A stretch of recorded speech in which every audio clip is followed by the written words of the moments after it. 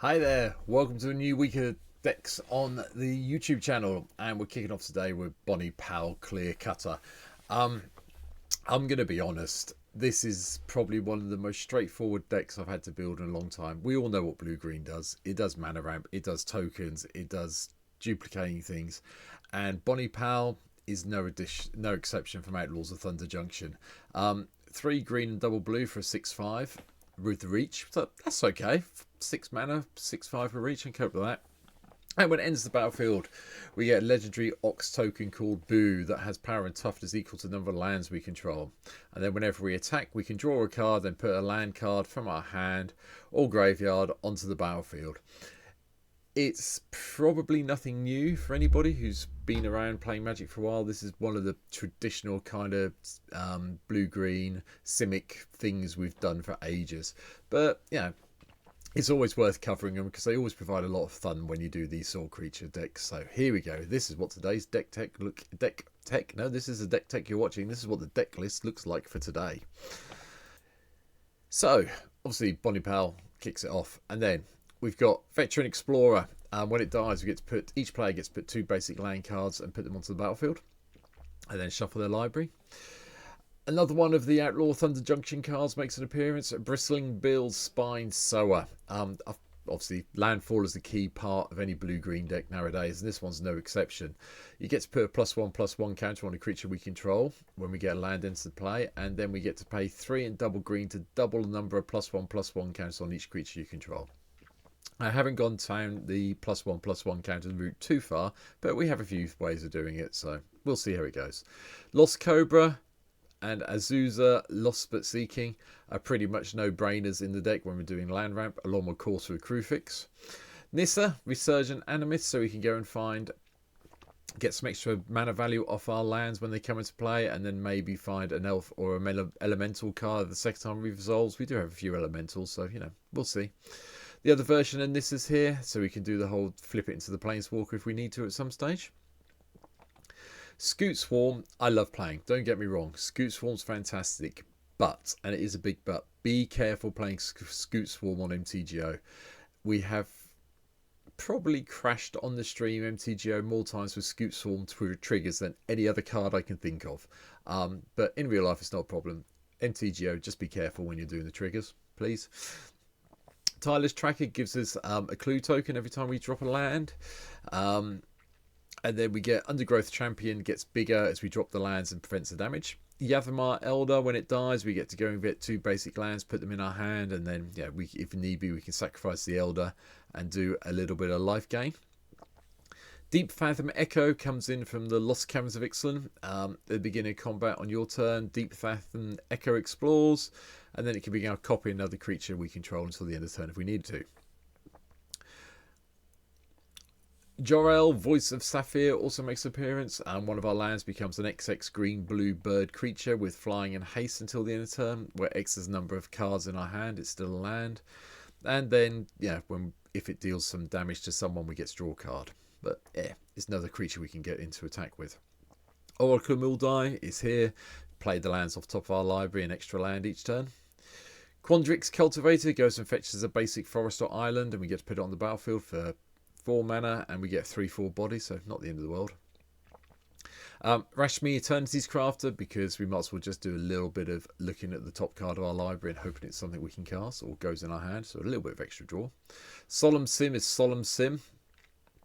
Green Sleeves, Mara Sorcerer, does the whole whenever a land enters the battlefield under your control, we get a nice Badger token. Yep, so I'm not sure why I didn't put Landfall on this card, but hey, whatever.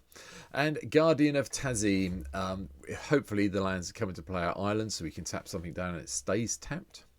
Ojek Haslam, because I'm playing a green deck and Ojek Haslam's always going to turn up. Does serve double justice in this deck, so we do want to get the creatures into play if we can, and lands, so helps with that bit.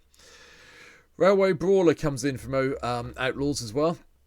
Whenever another creature enters the battlefield under your control, put X +1/+1 counters on, or where X is its power. But I've played this, I'm quite starting to enjoy Plot again. So this one comes in, and it's a 5/5 beta for 5 mana. So yeah, reach and trample, nice.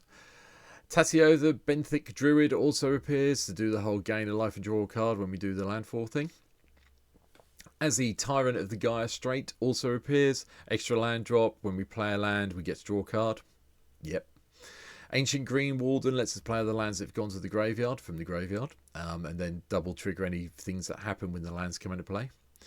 Rampaging Baloths, yep, you already know what this does, along with Avenger of Zendikar. I'm not going to bore you with it, but Royal Elemental does have some upsides, especially if you can nick some of the haste creatures your opponents have.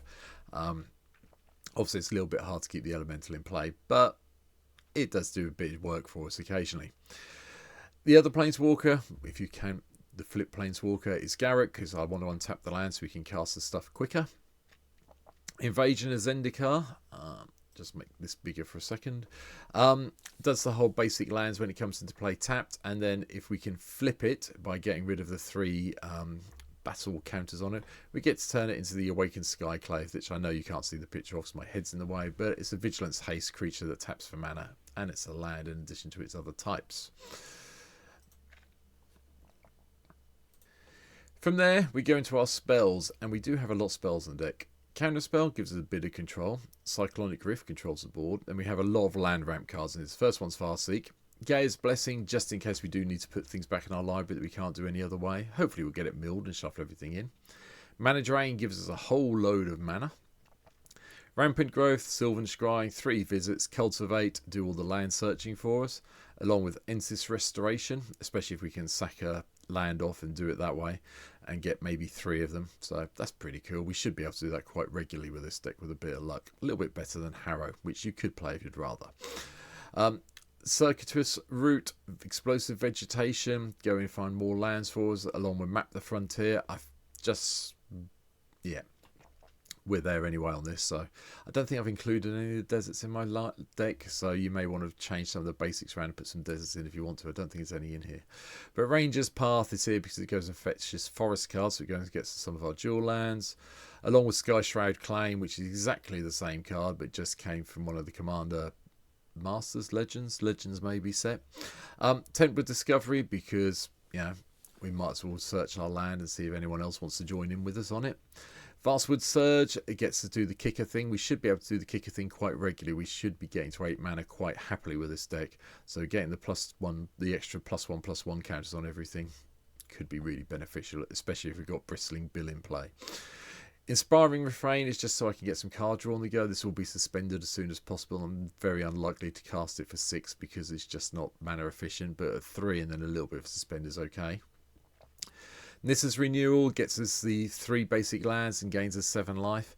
And then Tooth and Nail, because 9 mana to entwine it and maybe go and hit the Avenger and Rampaging Balos or Green Warden or one of the big things at the top here. Just seemed like a reasonable plan for this deck, really.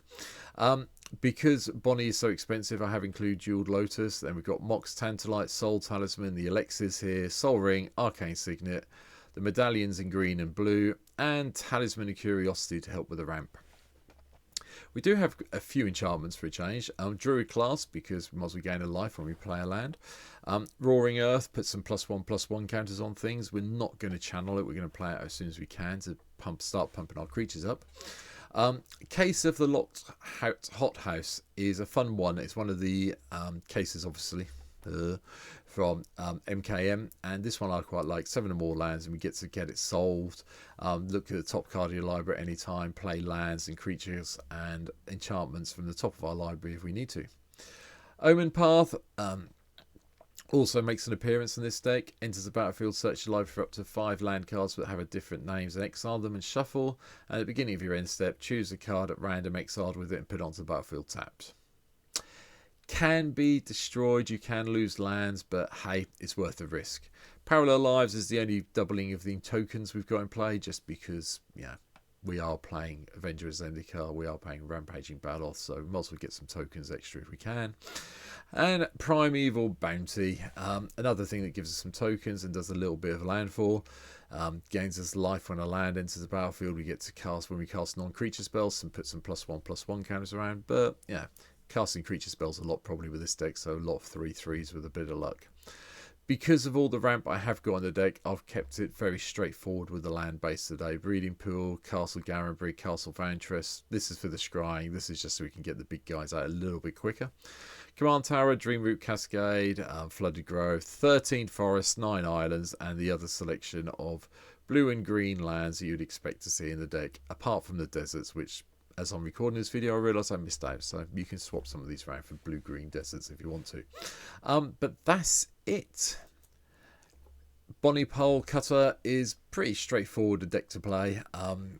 I think there's still synergy there. There's probably things I haven't explored. There are some cards I know probably should be in the deck that I haven't played in this one today because, you know, we are all seeing quite a lot of Kinnan and Lonis and the other 2-drop blue-green legendary creatures. I've taken them out. You can put them in if you want to, but I've tried to ignore them for today.